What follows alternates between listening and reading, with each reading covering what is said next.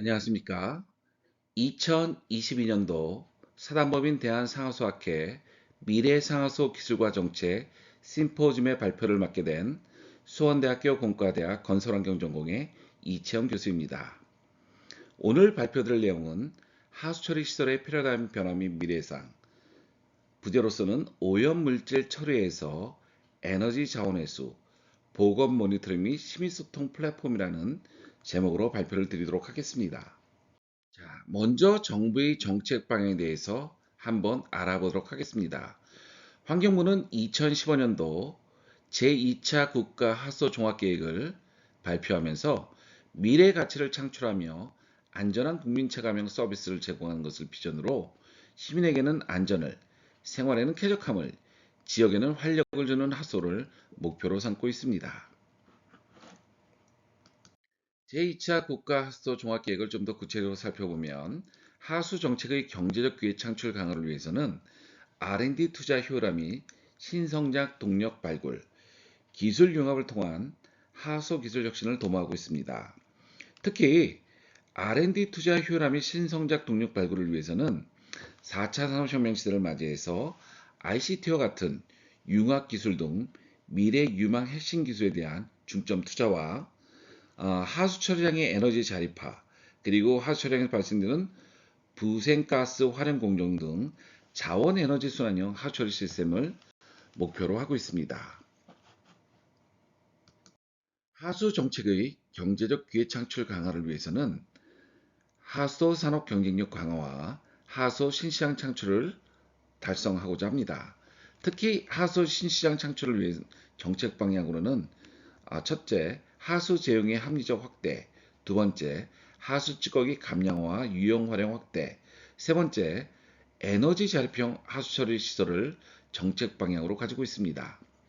이 정책 지표에 대한 것을 구체적으로 살펴보면 하수 찌꺼기 바이오가스 발생량은 기준 연도 2015년도에는 50만 7천 톤에서 목표 연도인 2025년도에서는 65만 톤을 달성하고자 합니다. 하수 찌꺼기 재활용 비율로는 51.5%에서 2025년도에는 75%, 하수 처리수 재이용률은 2015년도 12.6%에서 목표 연도 2025년도에는 25%를 목표로 하고 있습니다.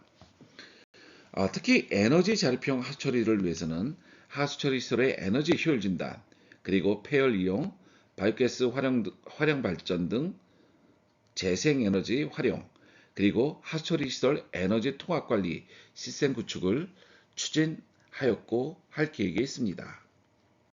먼저 국내 현황에 대해서 한번 살펴보도록 하겠습니다. 자, 1일 500톤 이상의 공공 하수처리 시설은 전국적으로 3,583개소가 있으며 이 중 10,000톤 이상의 규모는 234개소입니다. 그리고 하수 찌꺼기 처리시설이 설치된 곳은 75개소이며 소화조는 61개소에 설치가 되어 있습니다. 특히 소화조 61개소 중에서 하수 찌꺼기만을 단독으로 소화하는 경우는 약 54.1%이며 분뇨 침출수, 음식물류 폐기물 등이 하수 찌꺼기와 같이 통합 소화되는 경우는 45.9%인 28개소가 있습니다. 자, 다음은 공공하수처리시설 운영 주체 현황 및 전력 소비량 추이에 대해서 알아보도록 하겠습니다. 우리나라의 공공하수처리 시설은 대략적으로 민간이 66.51%로 가장 많이 운영을 하고 있으며 시설 용량 비율로 보면 대략적으로 42.8% 정도가 민간에서 해당하고 있습니다. 그리고 시설수, 시설 용량, 운영비, 전력비 등이 계속 증가하는 추세에 있으며 이와 같은 이유는 방류수의 시설 기준 강화, 시설의 확충 및 개선, 하처리 효율 증가로 인해서 전력 사용량이 증가하기 때문에 그렇습니다. 자, 전력의 비율들은 보시게 되면 06년도 19.2%에서 2016년도 약 22.1%로 증가하는 추세에 있습니다. 다음은 시설 규모에 따른 전력 사용량에 대해서 알아보도록 하겠습니다. 자, 하수처리는 시설 규모가 커짐에 따라서 전력 사용량이 감소합니다. 특히 예를 들어서 1000톤 500톤 이상 1000톤 미만에서는 하루에 1세제곱미터의 하수를 처리하기 위해서 2.3kWh의 전력이 사용되나 만약에 50만 톤 이상인 경우는 실제 전력 사용량이 0.3kWh가 됩니다. 그리고 보시게 되면 들어오는 유입 하수의 오염물질 당으로 보시면 BOD, COD, 총질소, 총인 중에서 총인이 가장 많이 전력이 사용되는 것을 알 수 있습니다. 특히 제거 총인당 전력 사용량 역시 규모가 증가함에 따라서 감소하지만 500톤 이상 1000톤 미만에서 1kg의 총인을 제거하기 위해서는 623.4kWh에서 50만 톤 이상에서는 약 47.1kWh로 감소하지만 전반적으로는 총인 사용에 많은 에너지가 들어감을 알 수 있습니다. 다음은 공공하수처리시설 에너지 자립률에 따른 에너지 생산량에 대해서 알아보도록 하겠습니다. 환경부는 2030년 하수처리시설 에너지 자립률을 50%를 목표로 하고 있으며 현재 2022년 1월 현재 에너지 자립률은 10%를 조금 상회해서 이에 대한 많은 노력이 필요한 상황입니다. 이 표는 에너지 자립률에 따른 자체 에너지 생산량을 보여주고 있으며 20% 미만인 경우는 태양광이 84.1%, 20에서 40%인 경우는 소화가스가 대략 83.6%, 40에서 60%인 경우는 태양광이 86.3%, 그리고 에너지 자립률 60에서 80% 미만에서는 소화가스가 90%로서 우리나라 에너지 자립률의 에너지 생산에서는 태양광과 소화가스가 가장 중요한 역할을 하고 있습니다. 하수처리시설의 에너지 사용 구성을 보게 되면 가장 많이 에너지가 사용되는 데가 폭기 에어레이션과 그 다음에 펌핑입니다. 그리고 하수처리시설 운영 비용을 보게 되면 슬러지 이송과 처분과 전기비가 25%와 23%로 가장 많이 소모됨을 알 수 있습니다. 미래 하수 분야를 예측하기 위해서는 환경 분야의 패러다임 변화 및 이슈가 굉장히 중요합니다.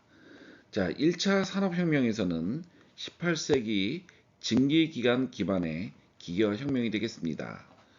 2차 산업혁명은 19세기, 20세기 초에 일어났으며 전기에너지 기반의 대량 생산 혁명이 되겠습니다. 그리고 3차 산업혁명은 컴퓨터와 인터넷 기반의 지식정보 혁명이 되겠습니다.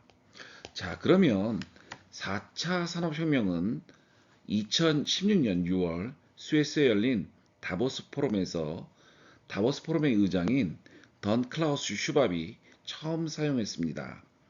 로봇이나 인공지능을 통해 실제와 가상이 통합되어 사물을 지능적으로 제어할 수 있는 시스템, 즉 CPS나 디지털 트윈이 우리 사회에 도출되는 그런 어떤 산업혁명이 되겠습니다. 환경부는 2022년 핵심 추진 과제를 국민이 안심할 수 있는 환경, 탄소 중립으로 도약하는 대한민국이라는 것을 목표로 잡았습니다. 그리고 탄소 중립 본격 이행과 통합 물관리 성과 확산, 그리고 포용적 환경 서비스 확대라는 3대 핵심 과제와 6대 세부 과제를 제시했습니다. 그럼 지금까지 이제 환경부의 정책과 그리고 환경과 관련된 여러 가지 이슈들을 보게 되면 하수처리장은 에너지를 소비하는 데에서 에너지를 생산하는 시설로의 패러다임의 변화가 필요합니다.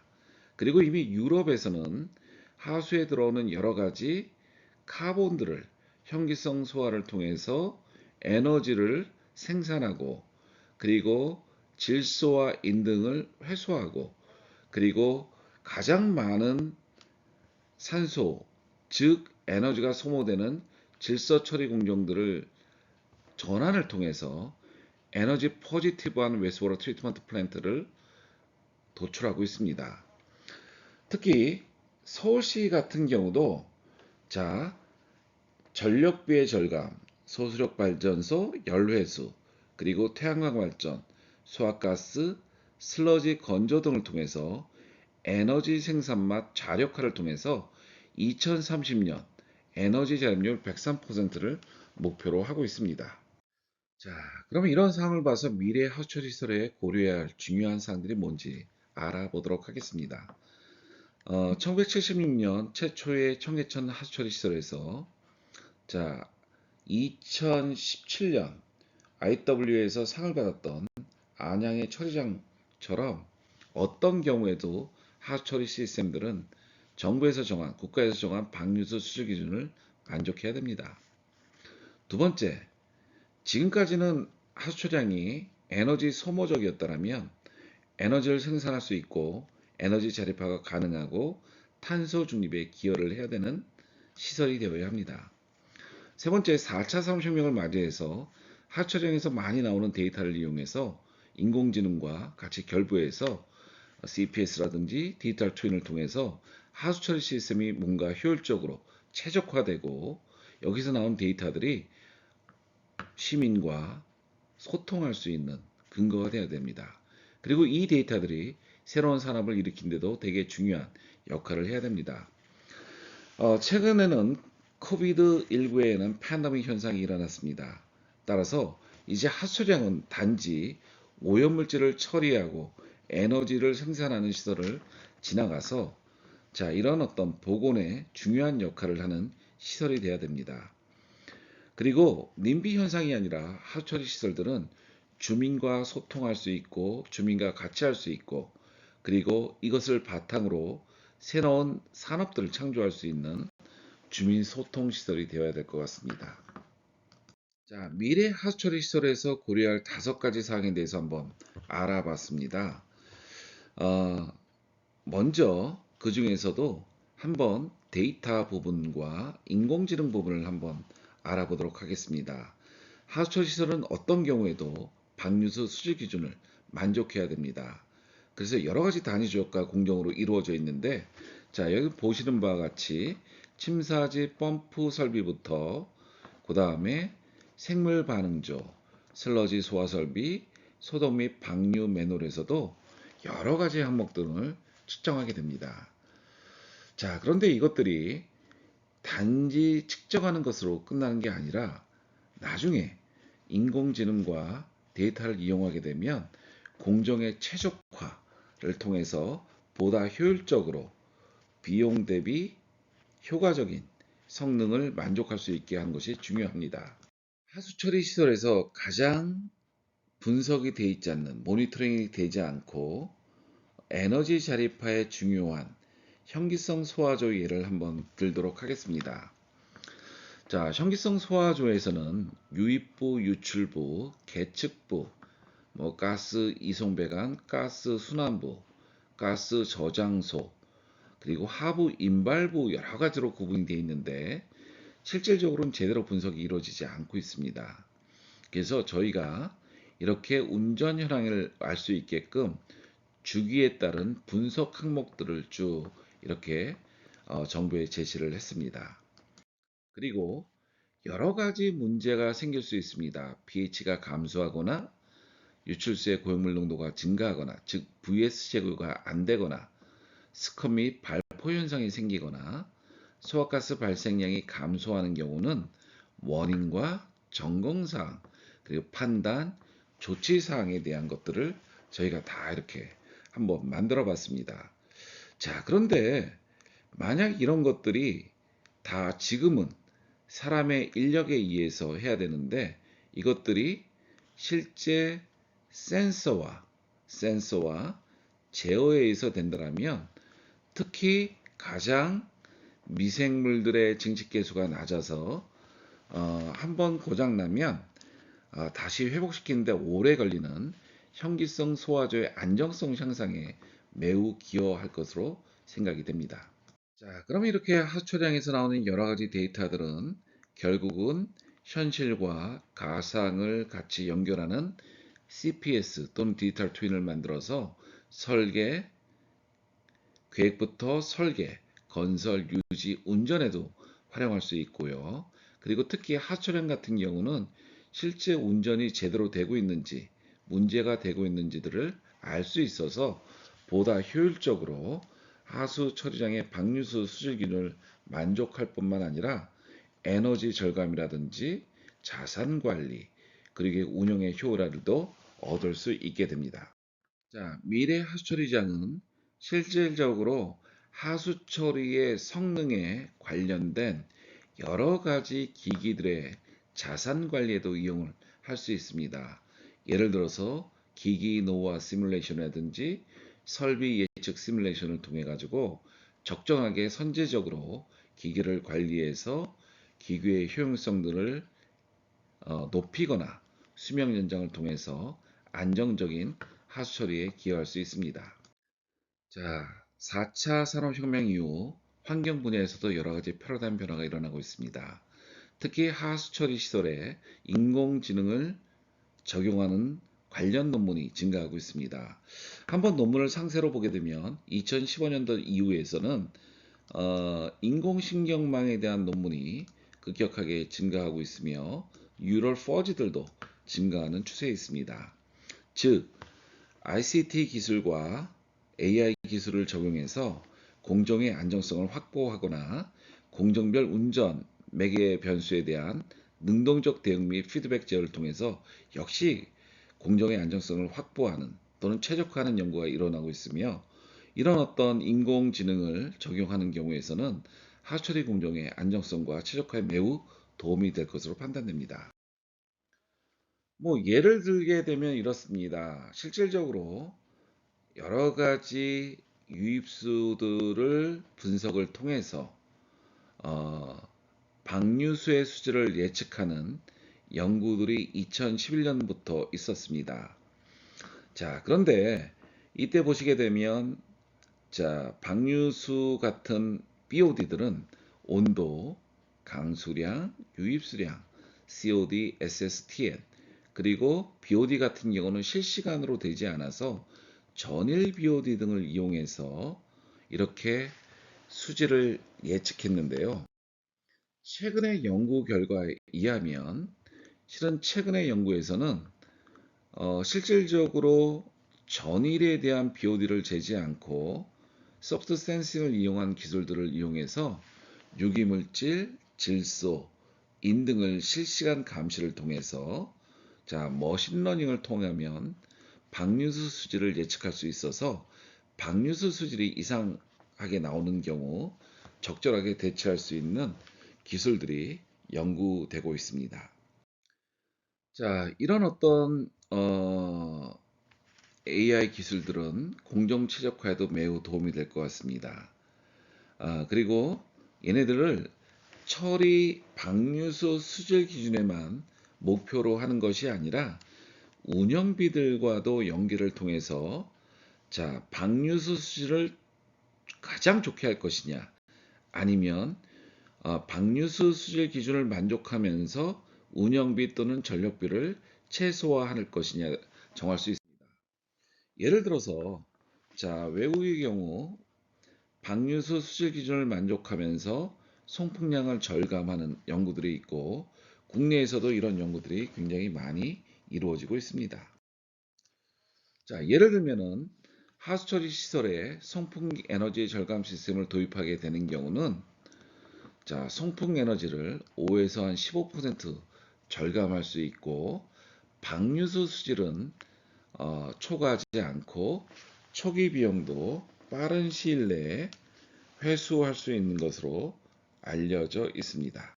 자, 이런 기술은 하수처리 공정에서 가장 민감한 고형물을 처리하는 현기성 소화조에서도 적용할 수 있습니다. 이렇게 퍼지 로직이라든지 인공신경망을 이용하는 경우에서는 신경망을 쓰지 않는 경우, 퍼지 로직을 쓰지 않는 경우에 비해서 에너지 발생량을 훨씬 더 많이 높여서 에너지 자립화에 기여할 뿐만 아니라 공정의 안정성 확보에도 매우 도움이 됩니다. 자, 지난 2년 동안은 정말 어려운 시기였습니다. 코로나 바이러스로 인해서 실질적으로 거의 2년 정도 많은 생활들이 제약을 받았는데요. 세계보건기구 WHO는 2020년 3월 11일 중국에서 시작해 전 세계로 급속하게 확산되고 있는 신종 코로나 바이러스에 대해서 세계적 대유행인 팬데믹을 선포했습니다. 그리고 최근에는 어, 베타를 지나서 오미크론이라는 또 다른 어떤 변종이 있고 계속 변종들이 생기기 때문에 이렇게 많은 사람들이 위생에 대해서 건강에 대해서 걱정을 하게 됩니다. 그러면 이 하수처리장이 어떤 역할을 할 건지 이 환경 분야의 피라미드 변화에 따라서 우리도 한번 고민을 해봐야 될 것 같습니다. 자, 네이처에서도 그렇고 전 세계적으로 이제는 하수에 대한 감시를 통해서 선제적으로 어떤 지역에 무증상자들을 추정하고 이를 통해서 예방하는 여러 가지 보건위생학적 관점의 시도들이 진행이 되고 있습니다. 따라서 하수처리장이 단지 오염물질을 처리하고 에너지를 회수하고 자원을 회수하는 시설뿐만 아니라 효과적으로 여러 가지 기존의 대장균 같은 것을 없애는 역할뿐만 아니라 다양한 바이러스를 검사, 모니터링함으로써 그 지역의 보건에 선제적인 역할을 할 수 있는 중요한 기점을 통해서 하수 처리 시스템들의 가치를 향상하는 것이 매우 중요하다고 생각합니다. 뿐만 아니라 하수 처리장으로 많은 실질적으로 미세 플라스틱이 들어옵니다. 그리고 이 미세 플라스틱의 대부분은 슬러지에 농축이 되겠는데요. 만약에 제대로 이것들을 관리하지 않는다라면 하수처리 시스템들은 또 다른 미세 플라스틱의 실제 발생 원인이 될 수 있습니다. 따라서 이제 하수처리 시스템들은 단지 오염물질을 처리하는 보건위생 관점이 아니라 바이러스와 미세 플라스틱에 대한 효과적인 저감을 할 수 있는 이런 시스템으로의 전환도 패러다임의 변화도 매우 필요합니다. 자, 지금까지 우리는 하수처리의 기본적인 목적인 오염물질 처리를 통한 방류수의 안정적인 수질 확보 뿐만 아니라 하수처리장의 에너지 자립화를 위한 실질적인 방안들, 현기성 소화라든지 질소 공정의 전환, 그리고 팬데믹을 통해서 코로나 바이러스의 서베일런스를 통한 선제적인 보건 정책의 기여, 그리고 하수처리장에서의 또 다른 한점을 알아보도록 하겠습니다. 하수처리장에서는 문제가 되는 질소, 인 같은 누트리언트가 고농도로 농축, 회수될 수 있기 때문에 이들 자원의 회수에 매우 좋은 장소가 될 수 있습니다. 그러나 아직까지는 경제성 문제 등으로 있어서 제대로 회수가 경제적으로 되지는 않고 있지만, 자, 예를 들어서 대체제가 없는 인이거나 매장량이 적은 인 같은 경우는 실제 70개의 풀스케일의 플랜트가 운영이 되고 있습니다. 사람들이 많이 알고 있는 실질적으로 맵, 그러니까 예를 들어 스트로바이트 형태로 회수를 하거나 아니면 침전을 통해서 회수를 하거나 아니면 소각을 통해서 남는 슬러지에 재해 있는 인을 리칭시키거나 하는 방법으로 인을 회수하고 있습니다. 그래서 좀 더 경제적인 방법들, 특히 생물 정개화학이나 정교학 기술들을 이용하고 또는 여러 가지 멤브레인 기술들을 이용한다면 향후에는 질소와 인을 지금보다는 효과적으로 경제적으로 회수할 수 있을 것으로 보기 때문에 하수처리 시스템에서의 자원 회수가 매우 중요한 부분이 되겠습니다. 자, 마지막 내용이 되겠습니다. 하수처리장의 주민소통 관점을 한번 보도록 하겠습니다. 지금도 하수처리장을 설계하는 경우에서는 보이는 것처럼 주민들이 와서 즐길 수 있는 시설들을 많이 설치를 하고 있습니다. 자, 예를 들어서 김포 하수초량인 통진 레커파크 같은 경우에는 풋살장, 축구 경기장, 테니스장, 그리고 농구장, 그리고 산책 정원 등을 설치하고 생태 체험관 등을 설치해서 이 시에 시민들이 와서 즐길 수 있게 만들어 놨습니다. 자, 하수처리장은 모두 지하화를 했습니다. 자, 두 번째로는 하남시 환경기초시설 같은 경우는 하수처리 시설뿐만 아니라 소각, 건조, 음식물 처리 시설이 같이 있는 시설입니다. 여기 보시는 것처럼 유니온타운은 약 105m 정도의 높이가 되기 때문에 위에다 전망대를 설치해 가지고 하남시 전경을 다 바라볼 수도 있고, 자, 다목적 체육관들이 있고 이렇게 물놀이 시설들도 같이 되어 있습니다. 자, 수원 하수처리장 같은 경우 화산체육공원이라고 얘기를 합니다. 자, 그렇게 보면 여기는 보시는 것처럼 9홀짜리 골프 연습장, 드라이빙 렌지, 인조 잔디구장, 족구장, 놀이터 등이 있습니다.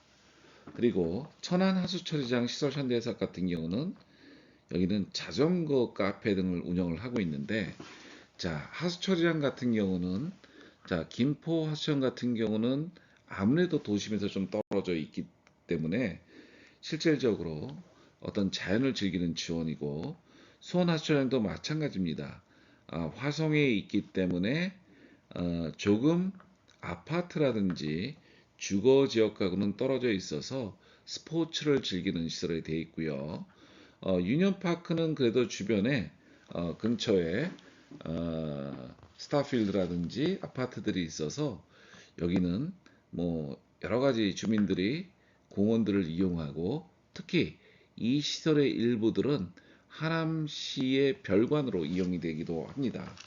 그리고 천안 하수처장 같은 경우는 자전거를 이용하는 사람들이 카페를 이용할 수 있게끔 만들어 놓은 상황이 되겠습니다.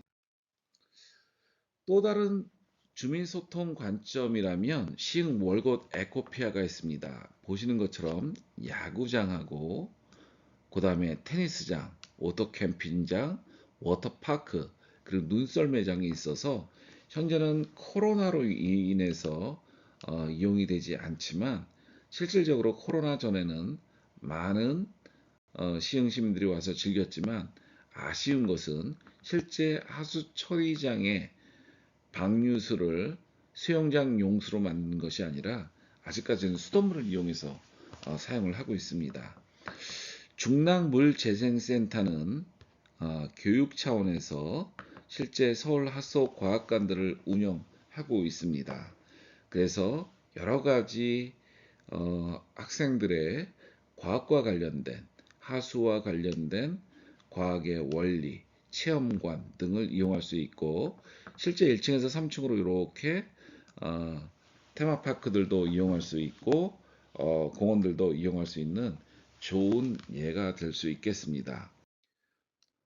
정수처리장 같은 경우는 여기는 뚝도 정수장입니다. 서울숲이 있는 뚝도 정수장인데, 보시는 것처럼 한강과의 어떤 접근성도 매우 좋고 주변에 매우 고가의 아파트들도 있습니다.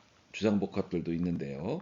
실은 이런 시설들을 잘 이용한다라면 실질적으로 주민하고 소통할 수 있는 것들이 굉장히 특히 서울시 같은 경우는 2030 계획을 목표로 단지 하수처리장이 단순한 물의 재생 그리고 지역 소통뿐만 아니라 미래의 일자리를 창출하는 새로운 가치를 부여하기 위해서 중랑 같은 경우는 도시의 산업단지화, 즉 업사이클링 메카, 도시 산업 육성, 선원 같은 경우는 연구와 창업을 지원하는 시설로서, 그리고 탄천은 기존 주거지에 연계한 지역 커뮤니티를 증진하거나, 난지 역시 주민의 지원 기능을 강화하는 시설로서 실질적으로 물의 재생과 지역 소통뿐만 아니라 미래 일자리를 창출하는 데 중요한 역할을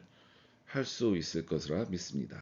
자, 이렇게 하수 처리 시스템들은 오염물질을 처리해서 물을 재생산하거나 주민들이 실제 소통할 수 있게 여러 가지 공원들이라든지 스포츠, 액티비티 시설뿐만 아니라 새로운 교육과 창업할 수 있는 역할을 담당할 수 있습니다. 또한 하초령에서 생길 수 있는 여러 가지 데이터들, 즉 현실 세계와 사이버 공간의 상호 연결인 디지털 트윈에서 나오는 데이터들은 실제 주민과 시민이 궁금해하는 하수도 이용에 대한 요금, 그리고 실제 악취에 대한 부분, 그리고 여러 가지 정보에 대한 것을 통해서 소통할 수 있을 것으로 판단됩니다. 자, 지금까지 우리는 기존의 하수처리 시스템에서 여러 가지 패러다임의 변화에 따라서 미래의 하수처리 시스템들이 어떤 것을 고민해야 되는지 한번 알아봤습니다. 이것을 바탕으로 미래 하수처리 시스템들을 완성하기 위해서는 자, 첫 번째 스마트 AI 하수처량의 도입이 필요합니다. 하수처리량에서는 이런 데이터들을 이용하기 위해서는 센서가 구축이 되어야 됩니다. 하수처량에 있는 센서는 다른 데와 달리 매우 악조건이기 때문에 실질적으로 센서의 유지 관리가 굉장히 편해야 됩니다. 실제 많은 하수처량에서 설치되어 있는 센서들이 제대로 역할을 못하고 많은 운영자들이 포터블 센서를 이용해서 분석하는 예가 다수입니다. 그래서 TMS뿐만 아니라 하수 처리 시설의 방류 수질을 준수하고 그리고 자 시설들의 자산 관리를 위해서 그리고 보다 안정적이고 효율적인 처리를 위해서 전력, 진동, 미생물 센서 그리고 여러 가지 소프트 센싱 기술들을 이용하는 것이 필요합니다. 그리고 플랫폼이 구축이 됩니다. 데이터 연계, 통합, 그리고 배출 부가금, 시민 커뮤니티 소통이 모바일과 연동되는 게 필요할 것 같고요. 그리고 유입수와 방류수의 실시간 모니터링 및 예측, 그리고 혹시나 방류수의 모니터링에서 이상 신호가 있거나 혹시 안 좋을 때 자, AI 운영 프로그램과 연동한 제어가 필요합니다. 그리고 방류수 수질 개선 및 에너지 절감에 대한 AI 운영 프로그램 구축이 필요합니다. 송풍량이라든지 에너지 효율 및 자립화, 약품 사용량 공정 진단 등이 되겠죠. 그리고 AI 기반 자산 관리는 또 필요하고 이것들을 다 통합할 수 있는 CPS, 가상 사이버 물리 시스템이나 디지털 트윈이 이루어졌으면 합니다. 자, 그리고 이것들을 한번 설계, 시공, 운영, 감리로 본다라면, 자, 외국에서 이미 시도되고 있고, 국내에서도 일부 기업들이 하고 있는 AI 기반의 자동 설계 시스템이 구축이 되는 것이 나중에 인력난이라든지 보다 효율성 있는 디자인을 위해서 필요할 것 같습니다.